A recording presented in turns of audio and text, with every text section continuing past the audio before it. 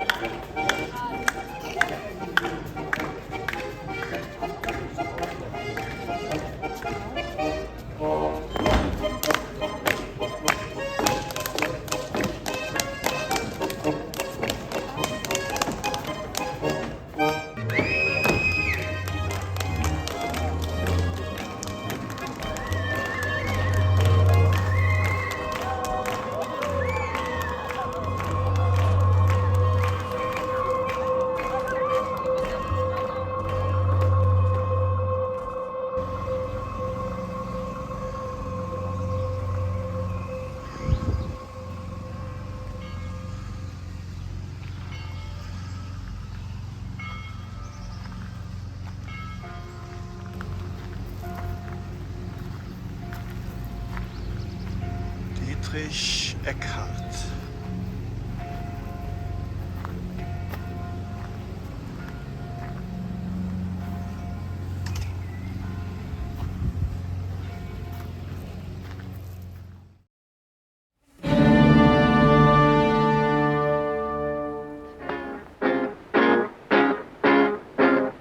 Die braunen Kolonnen der SA, die schwarzen der SS, der Führer ruft, gleich sind sie da, von Nord, von Süd, von Ost und West.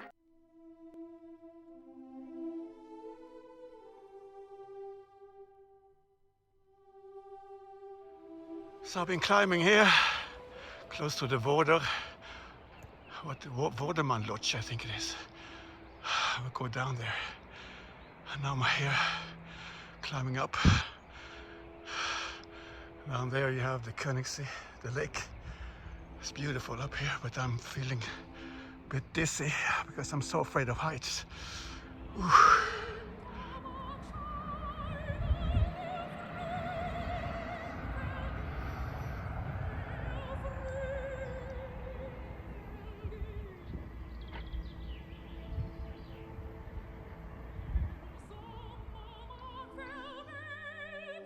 Yes, here is a perfect place for resting. And to show this. This is a modern version of Peer Gynt. Now watch this. Heraus! Begrüßt die neue Zeit, die Vernunft ist tot. Es lebe Peer Gynt, ein Mann, der er selbst ist.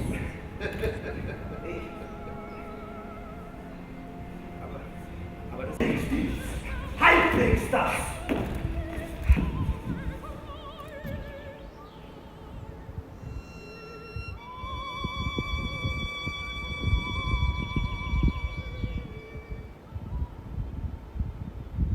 This man here once wrote the play in 1867. Peer Gynt is a 5-act play in verse, based on a fairy tale. I will not explain the whole play here, but the story is a morality tale, where Peer Gynt, as an old man, have learned a lesson about how bad it is to be selfish. When it was performed in a theater for the first time in 1876, Edvard Grieg had made the music, and you can hear part of it now in the background. In 1912, Dietrich Eckart would do his own version of the play, and since he hated the Jews so much, it would be a very anti-Semitic kind of play. Peer Gynt in Eckart's version transforms Peer Gynt into a German hero, struggling against the Jewish trolls. Since Ibsen had died by then, Eckart asked his son Sigurd Ibsen for permission to use his own version of Peer Gynt in Germany, but Sigurd refused. He did not accept this play. Sigurd was known by then for being a part of Norway's liberation from Sweden in 1905. When Ibsen's son refused to stage the play, Eckart turned to his friend George von Wilson-Hasseler. He was the superintendent of the Royal Theatre in Berlin, and he pulled some strings to stage the play. Eckart's racist version of Peer Gynt premiered in February of 1914 in Berlin. And here is some photos of the actors back then. Eckart's version of Peer Gynt would be a success. Would be played many, many times in Germany and also in other countries. And here is a theater program from 1938 in Berlin. Both Eckart and Hitler would identify with the hero in the play. And Eckart's play was backing up him, Hitler, and the Nazis, whatever they did. Okay, it's time to get up. Schmal und steil. Hinterbrand.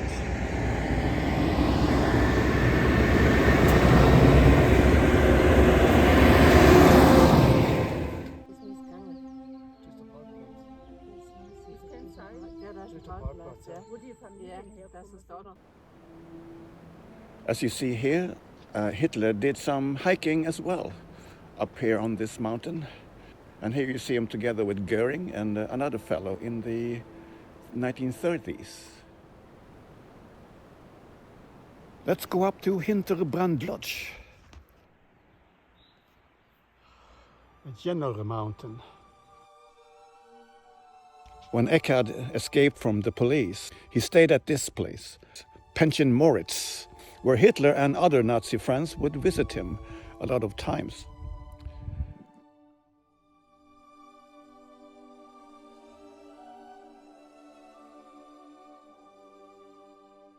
Pension Moritz would later become Platterhof, and this is how the place looks like today. When things got too heated at the Pension Moritz, Eckart would move to the Gullhausel up here to hide. The reason why he was hiding up here at Obersalzberg was because he had insulted this man, Friedrich Ebert. He was a social democratic politician. The Weimar Republic first president between 1919 and 1925. The Hinterbrand Lodge.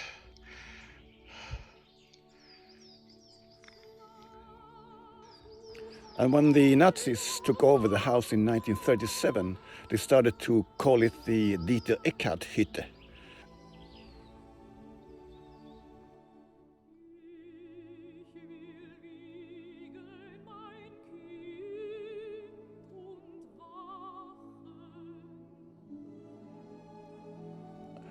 There are still artifacts, as you see here, and there's also a wooden engraving that reminds everyone of Eckart. And they prepared a room for Eckart's remembrance, as you see here. On the wall in the remembrance room, they put Eckart's lyrics for the first Nazi anthem, Stormlied, or the Storm Song, with the words Deutschland erwache, Germany wake up. The Storm Song was later replaced by the Horst Wessel song. And Germany would awake, but to a complete nightmare. Hitler's younger sister Paula was living in Austria when two SS men came to move her to Berchtesgaden in the middle of April in 1945. It was probably her brother who gave the order for this. By then, she preferred to be called Paula Wolf. They first took her to this hotel, the Berchtesgadener Hof.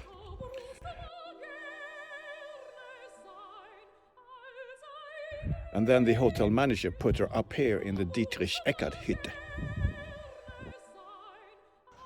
She was not very interested in politics, but Adolf supported her financially, even though they didn't meet very often.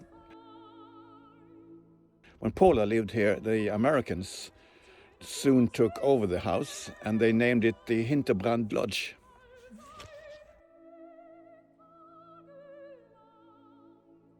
I have walked down here, and up there was the Dietrich Eckart Hütte.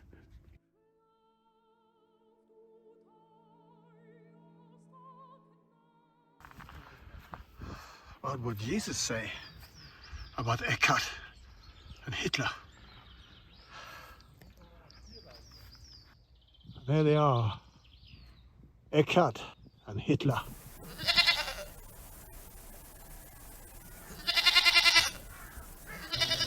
And yeah, and now we will have some music.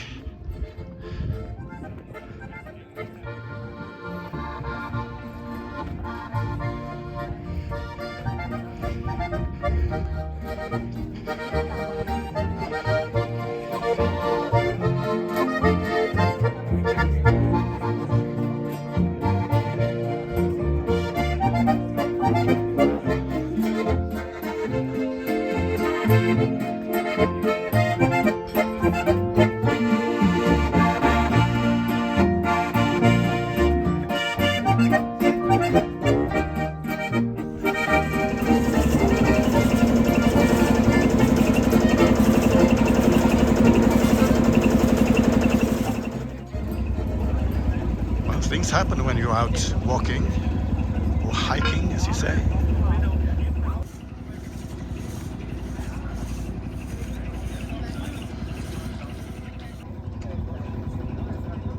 Kilstein House, Eagle's Nest.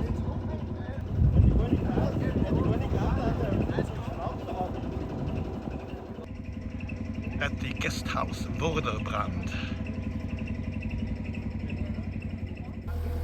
Das muss aber aussehen.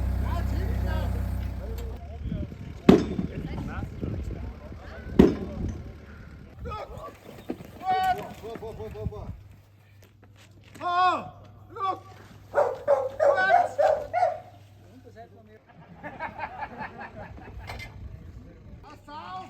Gleichmäßigen Zug!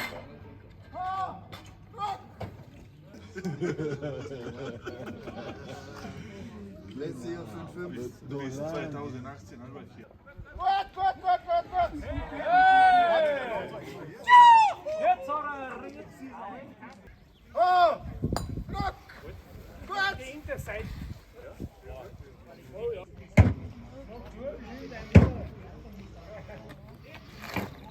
Du die hintere Kerle noch!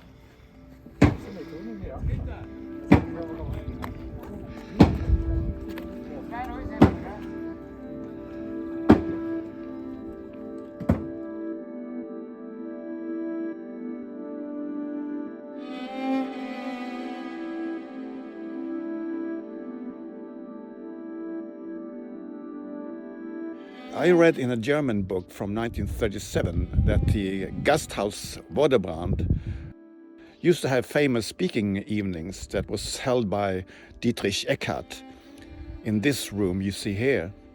And Eckart used to sit in the corner. I guess he had a lot to drink as well. This must have been in 1923.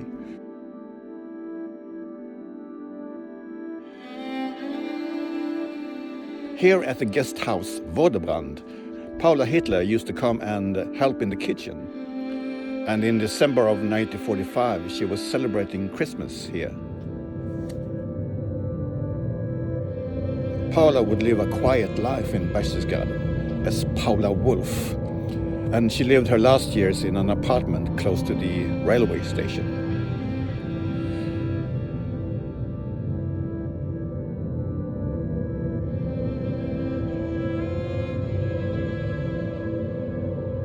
She died in June 1960 and is buried in Berchtesgaden. Her grave was taken care of by Cornelia and Hermann Reif until they died and was buried at the same place.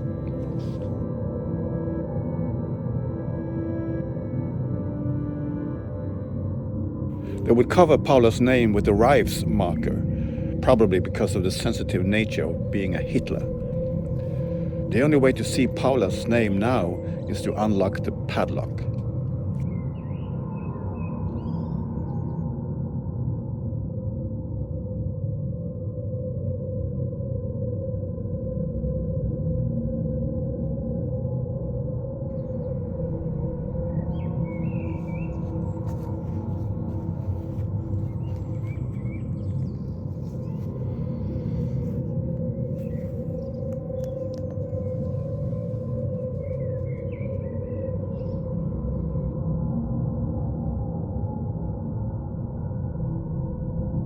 Okay, that was a hike to guest house Vorderbrand.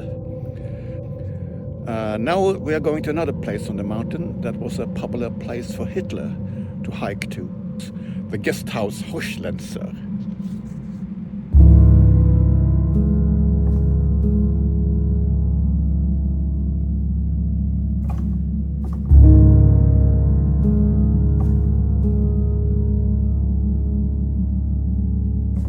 Here Hitler had a favorite place outside where he used to sit, often with friends. At this time in the 30s he would meet people during his hiking, but later at Obersalzberg the Nazis would keep people away, especially during the war.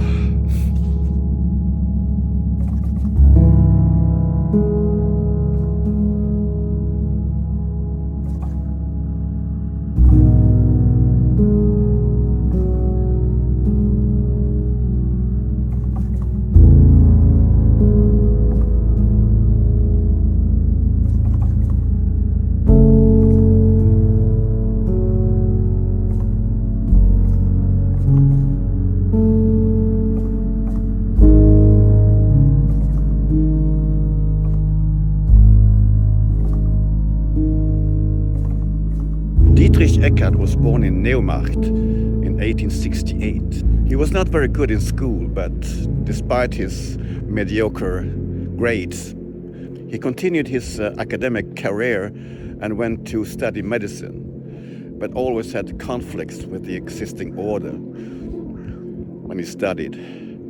Eckart would eventually be exposed and addicted to morphine. And when he was expelled from the medical school in 1890-91, he went to an insane asylum.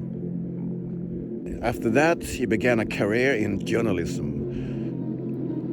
And he would become a heavy drinker for the rest of his life. He moved to Berlin in 1899 and became an editor for a Berlin newspaper. He had inherited some money from his father in 1895, but soon wasted his money on an expensive lifestyle and became quite poor. And he would blame the Jews for not being more successful with his poetry and other writings. Anti-Semitism has a long history back in time, but in German-Austrian context, of hating Jews, one of Eckart's biggest influences was this man, Jörg Lanz von Liebenfels. He was an Austrian political and racial theorist and a religious nutcase. He was a former monk and became a leader of a fascist secret society in Germany called the Order of the New Templars, which was a kind of a KKK movement. And they justified violence and punishment in order to establish a fascist state in Germany. Von Liebenfels was the founder of the magazine Ostara, in which he published his anti-Semitic and Ariosophic theories. Both Eckart and Hitler would read Ostara. Von Liebenfels' Ariosophic nutcase theories as a solution for the world has its followers even today. Here is von Liebenfels as an older man. He reminds me of someone else that scared people in Germany and the world.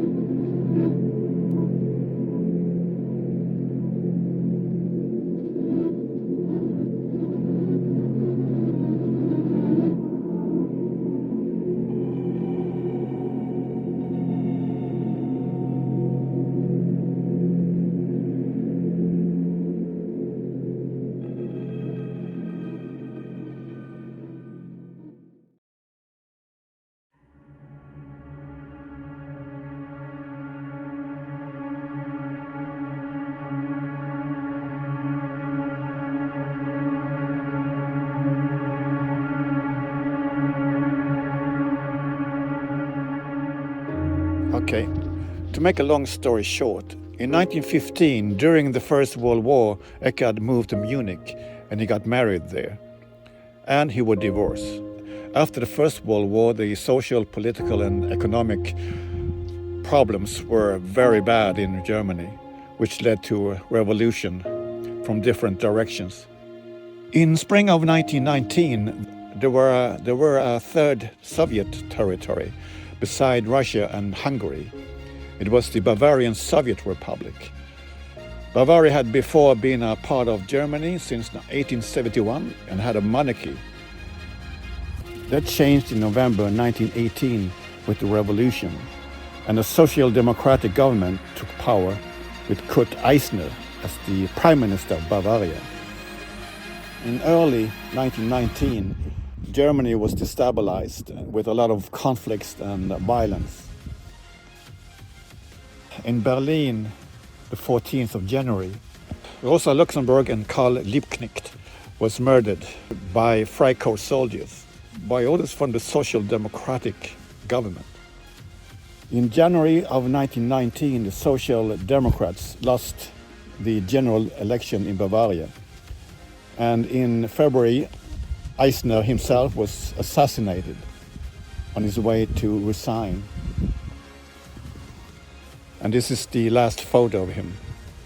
A few seconds later, he was shot by this man, an aristocratic nationalist.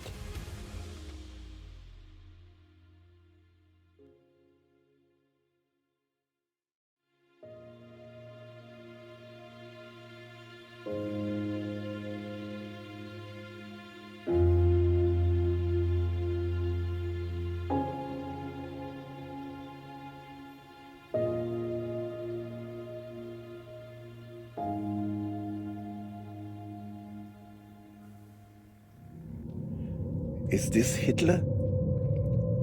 Some people say it is. Was he a supporter of Eisner just before he would join the DRP, the German Workers' Party, in the same year?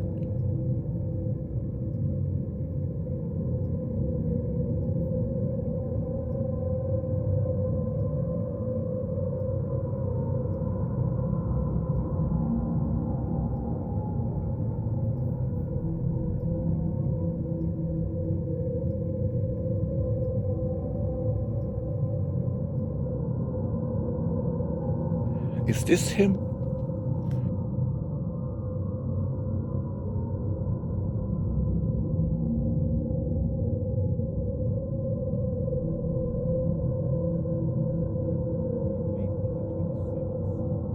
On April the 27th, a group of Bolshevik extremists took 9 aristocratic members of the ultranaturalistic Thule Society, together with a professor, as hostages. 3 days later, the 10 hostages were executed at the Luitpold Gymnasium in Munich.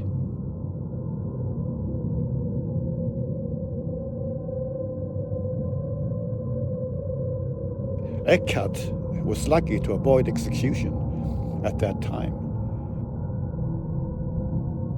There would be a lot of executions, not just from one part.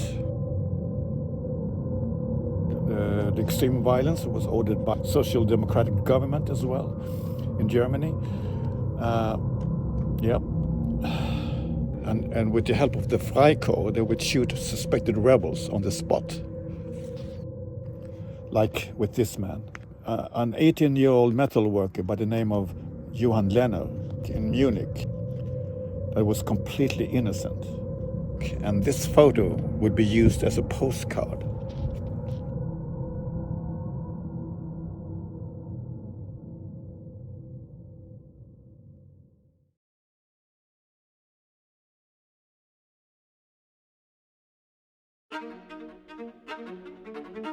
Eckart would be the first main editor of the Nazi paper, the Völkischer Beobachter. Eckart was the one who helped the Nazis financially with buying the newspaper.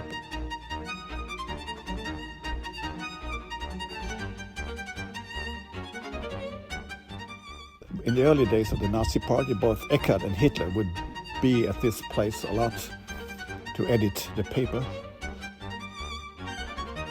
At the Völkischer Beobachter, a lot of the top Nazis at the time, in the early 20s, would work here. And here you see a young Himmler.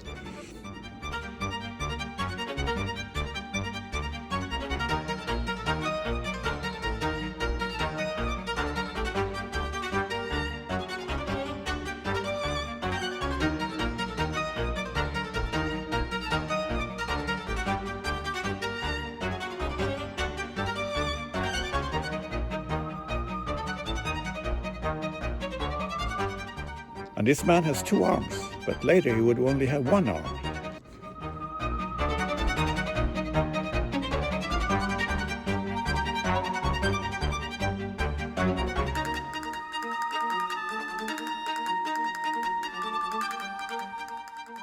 Rosenberg was considered the Nazi theologue, and like Eckart, he would use the protocol of the Elders of Zion to influence millions of followers. Der Partei nannte zu Dietrich Eckart und damit war die erste Verbindung zwischen der kommenden NSDAP. Here Alfred Rosenberg says how the Nazi party started, and that he worked in the beginning at the Völkische Beobachter.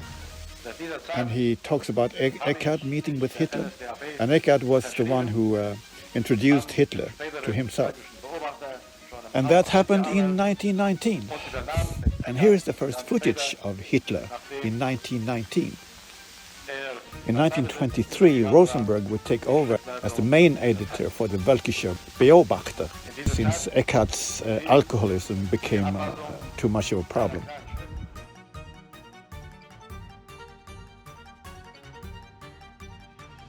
At this place, the DIP had the first office where they met. And at a meeting at the Sternacker Brau in Munich in September 1919, Hitler made an impression with his way of arguing and speaking. And he was then encouraged to join the party.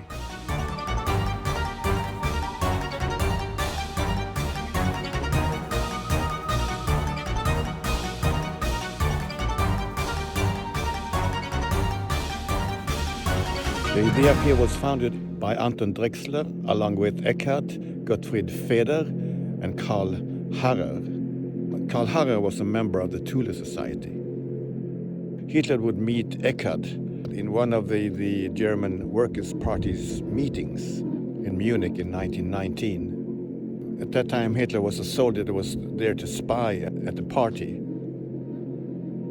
This is Karl Mayer. He was the one who recruited Adolf Hitler as a secret agent to spy on new political parties in Munich. And in 1919, he ordered Hitler to take an anti-Bolshevik education. Mayer became a member of the Nazi party for a short time, but he would turn around against the Nazis.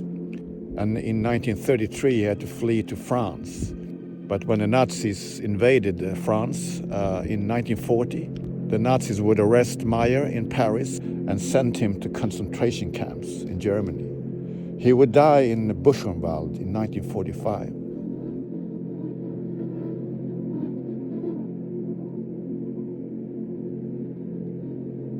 Hitler would organize the biggest meeting with 2,000 people on the 24th of February 1920 at the Hofbrauhaus Beerhol.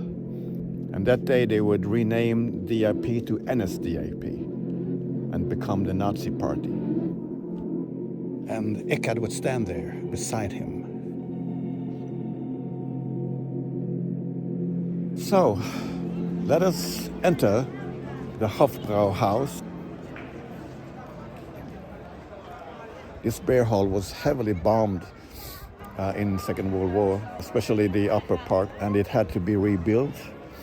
And the Festsaal at the third floor was also rebuilt, but not exactly as it used to be.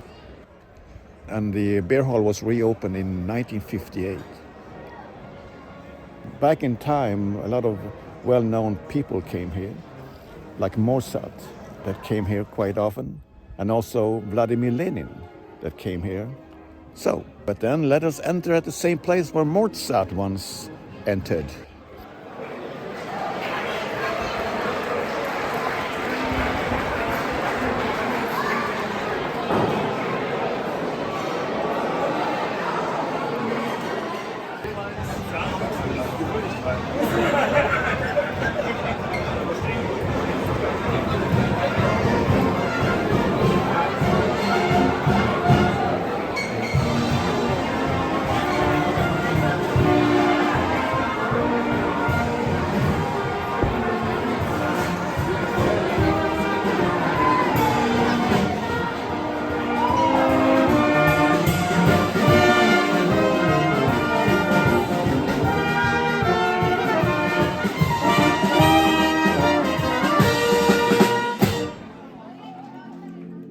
I took this picture upstairs. This picture is from 1921, and I think these two women was probably serving Hitler and his Nazi friends when they were here.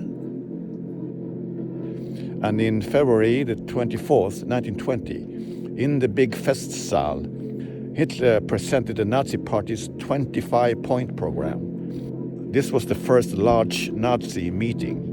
And when Hitler was speaking, the meeting erupted into a big fight between the Social Democrats and communist opponents of the Nazi Party. But Hitler managed to finish his points, even though chairs and things were thrown to hit people.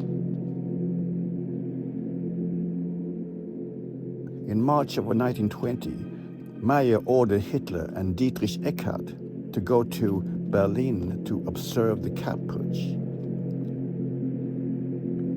Eckart knew Cap, and Hitler wore a false beard when they arrived to Berlin. But then the putsch was collapsing, and Cap would flee to Sweden.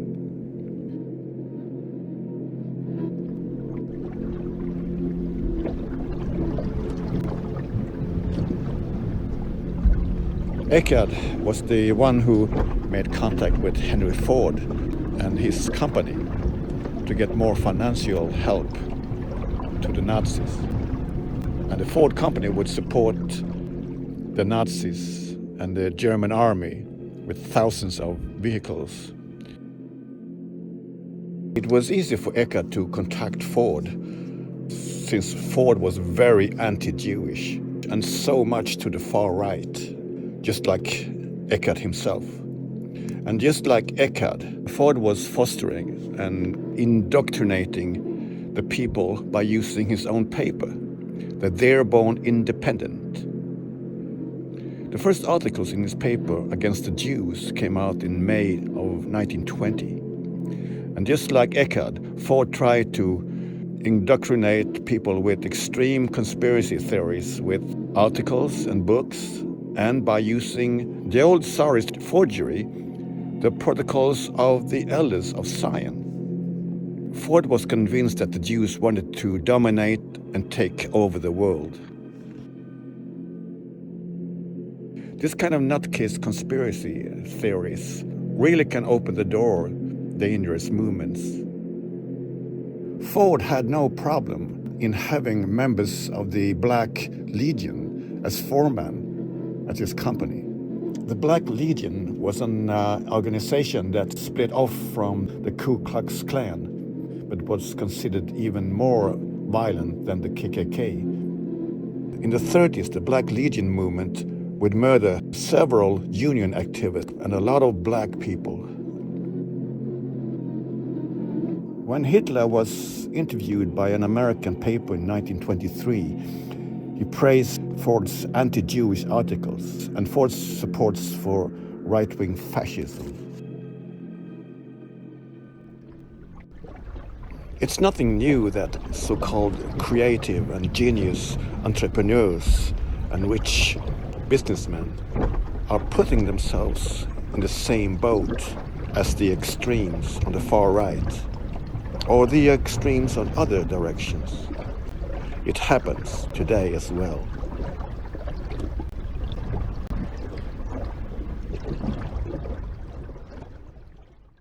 And now I jump to early 1923, When Eckart wrote an insulting poem in his satire paper Auf gut Deutsch about the social democratic leader Friedrich Ebert, and then had to escape an arrest warrant in Munich and flee to Obersalzberg in the Bavarian Alps near Berchtesgaden. This picture of Eckart was taken by his friend Heinrich Hoffmann in 1923. Eckart would introduce Hoffmann to Hitler, who then became Hitler's personal photographer. And then, through Hoffmann, Hitler would meet Eva Braun when she was working as his assistant.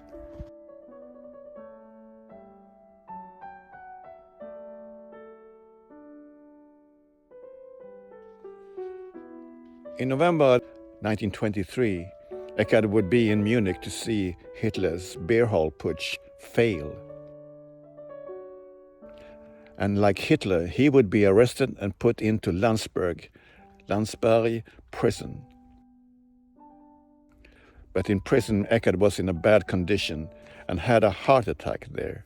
He was released and then went to Obersalzberg again to rest, but this time he lived here in this house, where he also died by a heart attack, the 23rd of December, 1923. At the burial, there were a lot of people at the old graveyard in Berchtesgaden.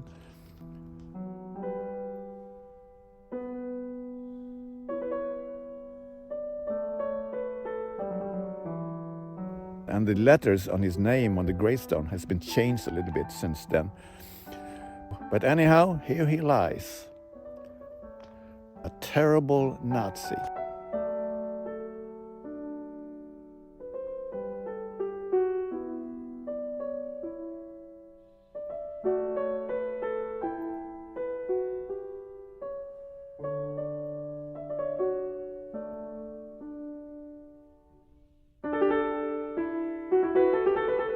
After his death, a lot of things was made for his remembrance, because Hitler wanted that, like this room at the Platterhof to remind of his stay at the Pension Moritz.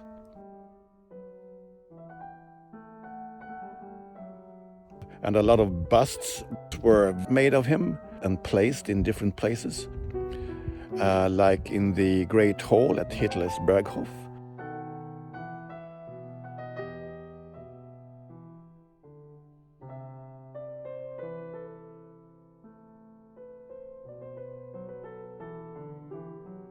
And in the Brown House in Munich. And here is his death mask. Plenty of monuments and memorials was built, like in his birthplace at Neumarkt in Bavaria. Hitler inaugurated the monument in 1934 in the city park.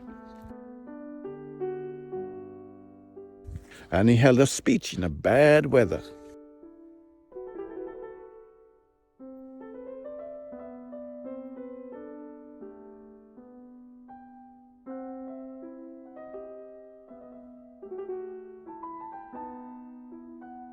And this is how that monument looks like today.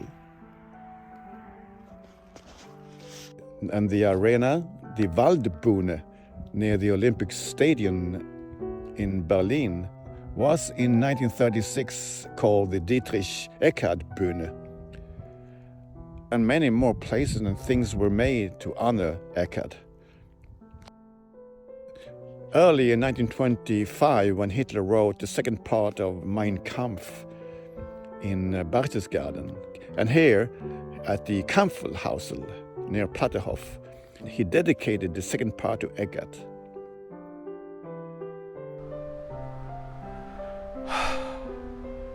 Well, I'm now sitting here, which was once the Kampfelhaus, small house where Hitler in 1925 wrote the second part of Mein Kampf.